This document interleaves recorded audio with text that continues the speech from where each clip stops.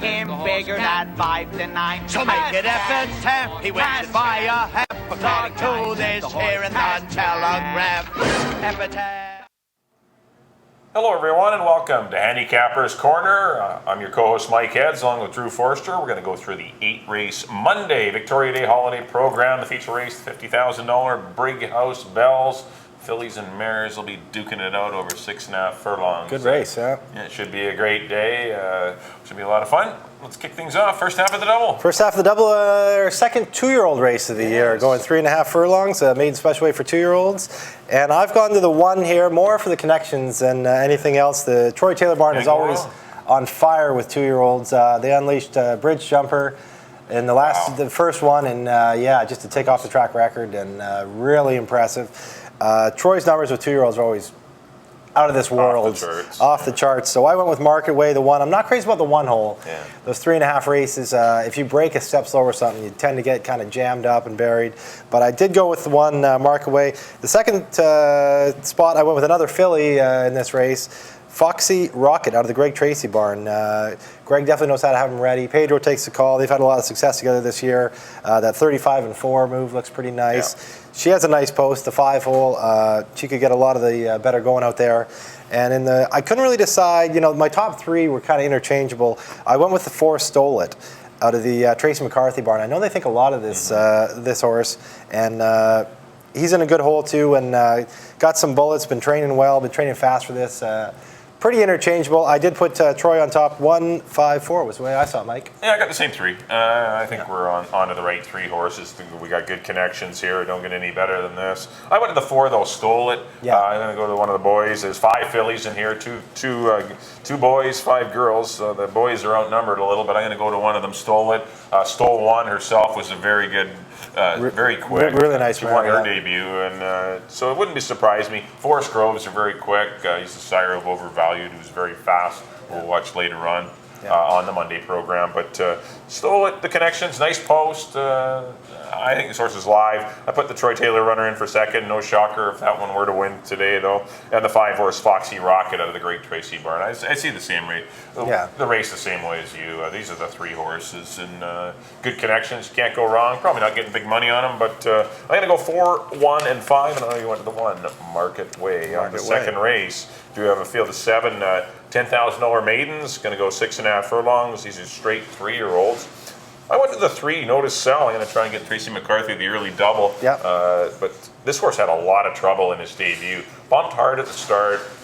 Probably cost him 3 or 4 lengths. Then rushed up, ended up wide, and then got carried out 5 wide by another horse that wanted to push out, turning for home. This horse was bounced around a lot. Probably come back with some cuts and some bruises, but this horse had a lot going on. Came back to work good though in 101 flat. Yep. Better draw with a better break. I think this horse can get the lead. Easier company, dropping from 20 down to 10.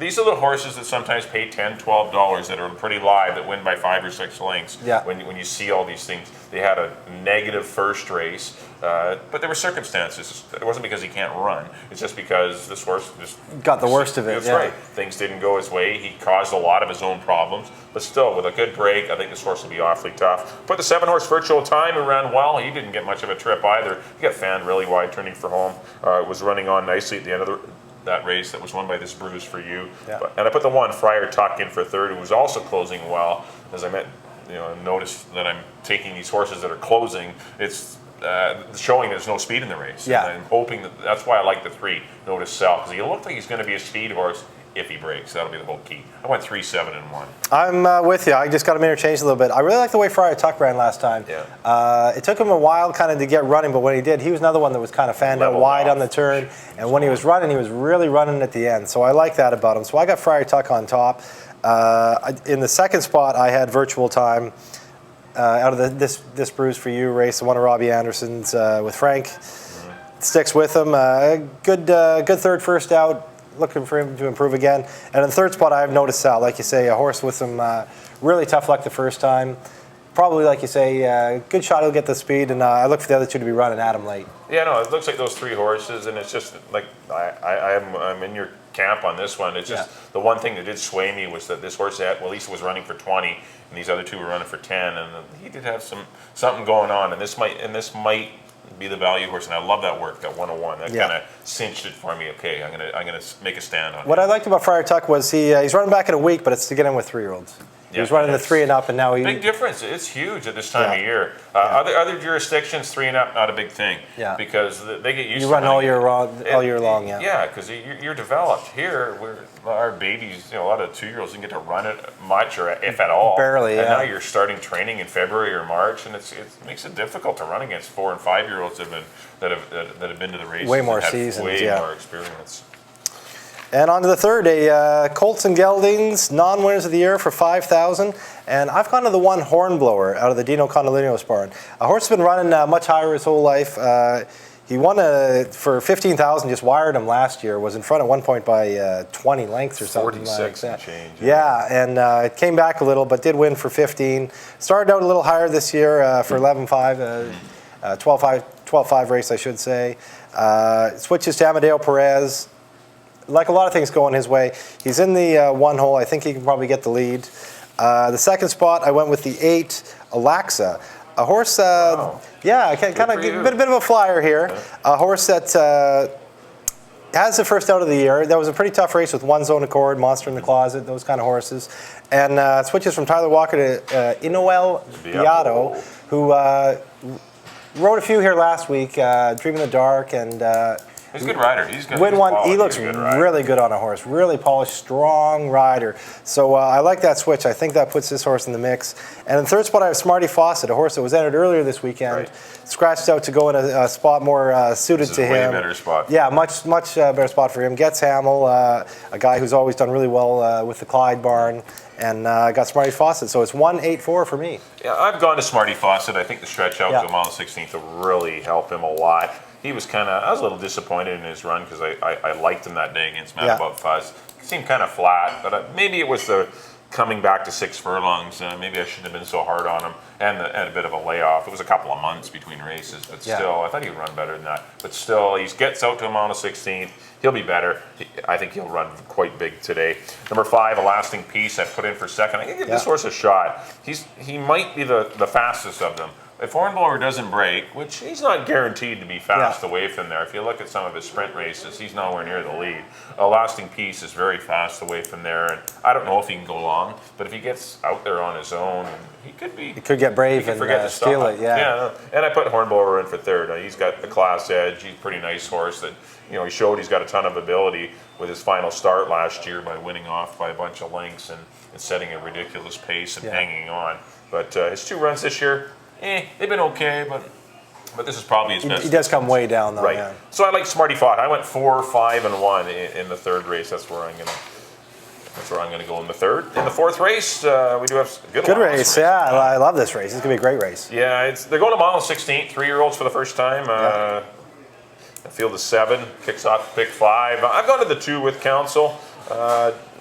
Hasn't really kicked up a fuss at all sprinting, which you wouldn't expect. You don't figure He's to. a lawyer on. His runs last year sprinting were okay, but he didn't. It took him till he ran a mile and 16th to break his maiden really in the cash Ascot graduation. Pardon me, but. Still, I thought his last sprint was pretty good from the 7 hole. Clear the runway and unquiet. He wasn't disgraced. He didn't get beat that far, 4.5 lengths, and he doesn't want to sprint. He gets to go long. Better draw. He moves inside. I like West Council to maybe beat the 5 horse. Time goes on. He'll get a set of blinkers today. Blinkers go on. Time goes on. Gets to figure he's got more to give. He was a good third. I thought it was an excellent debut at Hastings. It wasn't the toughest stake around, but it didn't have Taylor's Deal in it or anything, so things were a little easier. But I thought he ran well. I don't know if he's going to go long, but Bandini's St. Bellatos, that's a good distance pedigree, so it would be a shocker to see him win. And I put the 6, Timberon, out of the Dave Forster barn. Tucumcari was one of the best mares we had around here, and she was of not much use sprinting at all. Yeah, she ran very good. He's definitely bred for the distance. And farther, and that could be the case with him. He got to the front, and he won really easy. There was a lot left in the tank for Timberon. Yeah, it wasn't really quick, but he did it in hand. And there's no speed in here. If you look at the race, who's gonna cut the pace? I don't even know who's gonna go. And Timberon's a horse at least that might be able to get to the front. It's shown that he can, And, but anyway, I went to the 2 with Council. I think he's the most accomplished mile and 16th horse so far. Throughout his sprints, he's not a sprinter. I went 2, 5, and 6. Not bad. I went with the 5. Time goes on. He's another one I think wants to run long, and he was really green. Kind of ran spotty last time. He was kind of looking around and jumping up and down a little bit, and kind of lost interest in the turn. And then when they straightened out, he was kind of running on. So I think in a mile and 16th race, he's definitely going to get the most out of it. They put blinkers on to focus him. I like a lot of things about Time Goes On. I got Timberon in the second spot. Like you say, I think he'll probably be the only speed. He could get very brave. And he's bred to run all. It's not going to bug him. It's not going to bug him. The distance isn't going to hurt him at all. So I like that about him. And in the third spot, I have the Gov, the Philip Hall horse, who ran a bang-up second in his first start here at Hastings. I think one trip around the course is going to help him. Nice 48 half the other day. Looks good. Yeah, it might be speed too. He might be he could be up there kind of maybe just sitting off Timberon, or he might even go and Timberon sitting off him or something like that. So it's 5, 6, 4 for me. In a very good allowance race. Yes, it is. On to the 5th, the maiden 3,000 for 3-year-olds. And if you can pick the winner of this, you will get your money's worth. You deserve it. You deserve everything you get. There's some lovelies in here. Yeah, this is a... looking over the whole card, this is the one I had the most problems with. So I went with a horse that hasn't run. Good. Well, that's good enough. He's undefeated. He's undefeated. I went with 2 horses. My top 2 horses are 2 horses that haven't run. I went with Call Wind Mariah out of the Sylvia Gregory barn. Been working okay for 3,000. The work's kind of fit. Gets Enrique Gonzalez, a capable rider. I have him on top. I put another first-time starter, Pat Jarvis's Puna Point, in second. Another one's been working, the work's kind of fit for this category. Hasn't ran 10th, beaten 17 yet or anything. You don't need to build a big case to actually exactly. So I got him in second. 2 good horses enough. And the other one I have is the dropper out of the Frank Barrowby barn, a Spark in the Dark. It's Alexander Marty, was running for maiden 10 last year. Comes out first time this year, right in the maiden 3. Got beat by Shintoism last time and Mass Mailing. Some decent horses, even though he wasn't really part of the front part of the race. But that's why I went with him. I got him in third. So it's 4-2-1 for me. Yeah, I went to the 6-horse Steel Trick, a horse that at least he was offered in a maiden allowance race at Delmar, and that's they thought enough of him to run him there. That page could be running the maiden allowance at Delmar, or should be anyway. But he didn't fare very well. But he was back to 8-1. I mean, this horse must have had some works. Yeah. I mean, you look at his odds, and only it's the last couple of starts where he's really big. floated up. But he's been freshened up. The works are okay. 102s, that's 6.5 and 122 and change. That's enough for me. He's a 4-year-old. No shocker to see them take the weight with Marlowe to get down to 119. And I'm going to try the 6-horse Steel Trick. Over the 2, I like Puna Point out of the Pat Jarvis barn, as you mentioned. Fernando Perez aboard. It was first time LASIX for his debut, and out of a good race mare, she won the Fantasy, I believe, Comic Opera, whichever that's the pink lady of the Fantasy. One of those. Jim Brown had her. Yeah, the mile of 16th race for 2-year-olds anyway, but she was very good as well. And Buying Victors, got to be the last crop of Buying Victors. But still, this isn't a tough spot for Puna Point, so it wouldn't be a shocker to see him do quite well today. And I put the 8-horse Halo's Quest with Tyler Walker in for third. Chased the pace a bit against Brandon's Courage. Ended up finishing 4th, beating 8 in a bunch of lengths. But Brandon's Courage won by 7 3/4. This horse only got beat a length for second, and that was enough for me to put him in for third. As I said, didn't need to build much of a case for any particular horse in here. But I went to the 6 Steel Trick. I went 6-2-8. On to the 6th race, so we do have 17.5 claimers going a mile on the 16th. Kicking off your late pick 3, got 9 of them scheduled to go to the gate. I went to the 7, Prince Intent. I think he's the horse to come and catch. He just finished winning for 12.5 by a bunch of lengths. He steps up to 25. He just wins. And so, of course, the connections don't go to 35 or anything like that. They go, woo-hoo, hello. Back for 17.5. When there was a 25 up. And There's not a lot of speed in here either. You might have to deal with Peace Bear a little bit, but I think Peace Bear really wants to. Peace Bear does well tracking. Joy of the Lord does well tracking, and I think Prince Intent's going to find his way to a 24, 48 half, and I think he's going to be very tough to beat going a mile and 16th. I put the 3 Tommy Danziger in for second. A classy guy. He's won a lot of money throughout his career. Sure has. 320,000, not bad for Teddy Smith and Rob Gilker. Of course, he won the Canadian Derby 3 years back, but a horse that kind of woke up last time. I know it was only 10 grand down at Santa Anita, but still, he was a good race. Yeah, they tried a new running style. He took him back to last. He made a good run to be third, and the horse that won, Morgan Uska, came back to win, and this horse could be live here, but don't expect him to be a pace horse. Expect maybe to Amadeo to have, and that's a perfect off the pace rider, Amadeo. Yeah. That's why Rob summoned him and given him the call. So give him a big chance in here, as well as the 5 Queechy out of the Craig McPherson barn. Works are excellent. He's a good distance horse. A little concerned about no race since last August, but I like the work tab and I like Richard Aboard. So that was enough for me. 7, 3, 5. I agree with you with the 7. I did go with Prince Intent on top, like you say. Crushed for 12.5. Goes up to 25. Wins again. Beat a horse in Storm Proud Papa, who we both picked in the 25 this week. Drops in for 17.5. I think he's just too much, I think, for this bunch. In the second spot, I have Peace Bear, a horse that's been climbing up the ladder. A horse who was cut out to be a nice horse. And he's really put things together his last couple starts. Win for 5, then jumped up to the 12.5, wins again. Perez lands on Prince Intent, of course, who's going to be the heavy favorite in here. Like you say, he'll probably get the lead. Maybe Peace Bear just off him, and maybe that's kind of the way they go around there. Boat race, yeah. And in the third spot, I have Finally Cruising. Horse that loves to go long. Horse that ran really good fresh out of the box last year. So I like Finally Cruising. He's a classy old horse. Same with kind of a Tommy Danziger kind of horse. Classy old horse that likes a distance.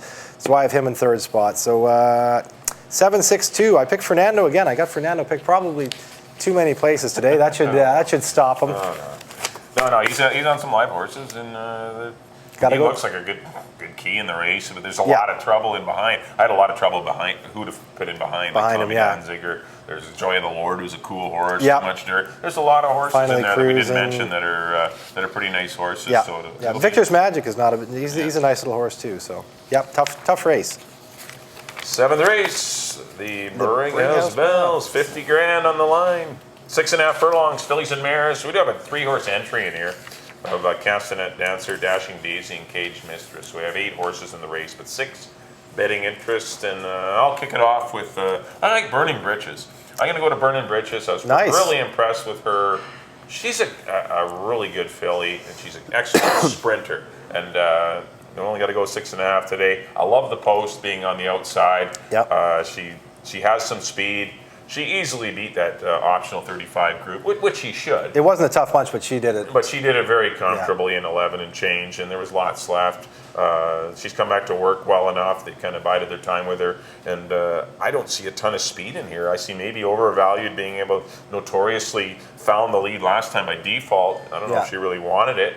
But I see Burning Britches getting a good trip, sitting second or third, and she's a horse that can go down there in 16, and she showed that last year. So I'm going to try her. I put Notoriously, pretty impressed with her. I think all she needed was a little left-handed encouraging last time, and she would have hung on. Yeah. She got laying in a little down the lane, and it kind of cost her. Castanet Dancer just by had the straight.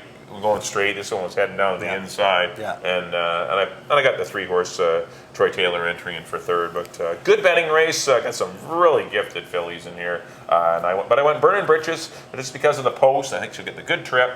I think she's maybe an underrated at this caliber sprinter. And maybe I think she can defeat a horse like Notoriously and Castanet Dancer. We're probably going to do better going longer, but still they ran well first time out. I went 6-2-1. That's very good, Mike. You're giving people a price. I am not. Well, I'm giving them a. You want to give them a winner? I'll give it a 1 to 9 shot. Lots of prices. I'll have another was $33. That's right, 30. That's solid. The entry just looks too strong. Interesting to see Fernando end up on Cage Mistress after he just won the prep, just beat Notoriously on Castanet Dancer. He switches to a horse that's making her first start since last June. I see she's ready. Cage Mistress. Yeah, she's probably, they obviously think enough of her to put Fernando on her. She's a really tough old mare, so You get all three with her is the nice. What a great deal that is. Yeah, it's a good deal. But Cage Mistress, I really like. Castanet Dancer is really tough. Dash and Daisy, top holder mare last year here. Yeah, they look like a pretty strong entry. In the second spot, I put Notoriously. Bang up race last time. Every time I watch that race, I think Notoriously won. Yeah. It was just like the last hair that Castanet Dancer got her by. It was left-handed. Yeah, it still looks like Notoriously won to me. In the third spot, I put Orchid Silver. Yeah. Again, not her distance, right? She definitely wants to go long. All her best races have been long. But I see her closing late, and she could be picking up the pieces. She ran a bang-up race in that Castanet. She moved early. She moved early into that pace. It wasn't a hot pace, but she moved early into it. That's why she did flatten out a bit late. Yeah. She'll get lots out of that. Yeah, she's a cool mare, and like you say, the Castanet Dancer Notoriously were really close, and she ran a good third behind him. So it's 1, 2, 3 for me. Yeah, the Michael Jackson tractor. Easy as ABC. 1, 2, 3. On to the 8th. Fillies and Mares wide open, 12-5, going 6.5 furlongs. And I have headed to the Troy Taylor barn again. The Fernando Perez. Fernando Perez, yeah. About 5 winners today. Well, we'll see. But Olive, again, another one that looks really good in this spot. She won for 17.5. For 12.5. Instead of going for 25 or back for 17.5, drops in for 12.5. And looks like she's just too much to handle for these mares. The second spot I have, who would, without Olive in here, I would say would be an absolute lock, would be Random Highs. Mm-hmm. When she ran for this price earlier this year, she just crushed, made a really nice move. But then she jumped up to 17.5 and ran into, guess who? Yeah, Olive, my top pick. And in third spot, I have Lasting Spice, a mare that hasn't started yet this year, but a really classy old mare. Knows how to win. She's 5 of 14 lifetime. Ran some bang-up races at the end of last year for 17.5, and now she but starts out at 12.5 this year, and I think she fits in here. So I got her in third spot, so it's 5-4-2 for me. Yeah, I got the same 3 mares. I went to Random Highs to win it, though, just solely because last time I know she did lose by a length and a half to Olive, but she was coming back in 6 days. Yeah, that's right. Better spacing this time. There's 3 weeks in between races, and I'm hoping that might be enough. Just because we're talking odds here. I don't think there's much between Olive and Random Odds, but Random Highs and Olive. But in the odds, I think Random Highs will be 4-1 or something, and Olive will be 3-5 or 4-5. Yeah. So, but I think you can build a good strong case for Random Highs, just because she was asked to do another tough race in a 6-day span, and I think she'll be a little tougher, and there'll be a little more in the tank in this race. That's why I'm going to try her to win it. I agree with Olive in for second, and Lasting Spice, a pretty cool mare. She seldom runs a bad race. She can sprint, she can run. She's a nice mare, and I'm sure she'll give her a great account of herself in her debut. She's been working well for Tracy McCarthy. So I went 4-5-2, but you're going to head to the 5-4-2. Well, that'll do it for our Monday analysis. Up next on screen will be a quick recap of our Monday selections. So we'll start off with me with the Monday picks. In the first race, I went to the 4. That was Stole It over the 1 and 5. In the second race, another Tracy McCarthy runner, the 3, Notice Sal, with the 7 and 1. In the third race, I went 4, 5 and 1 with Smarty Fawcett on top. Fourth race, I went 2, 5 and 6. Going to try and get With Council back in the winner's circle, going a mile on the 16th. In the fifth race, I went to the 6, Steel Trick, back in town after campaigning in Southern California. 6, 2 and 8 for me. In the sixth race, I went 7, 3 and 5 with Prince Intent, looking to be the first 3-time winner of the year. Seventh race, I went with the 6, Burnin' Britches, over the 2 and 1. And in the eighth race, I went to the 4, Random Highs. I got to go 4, 5 and 2.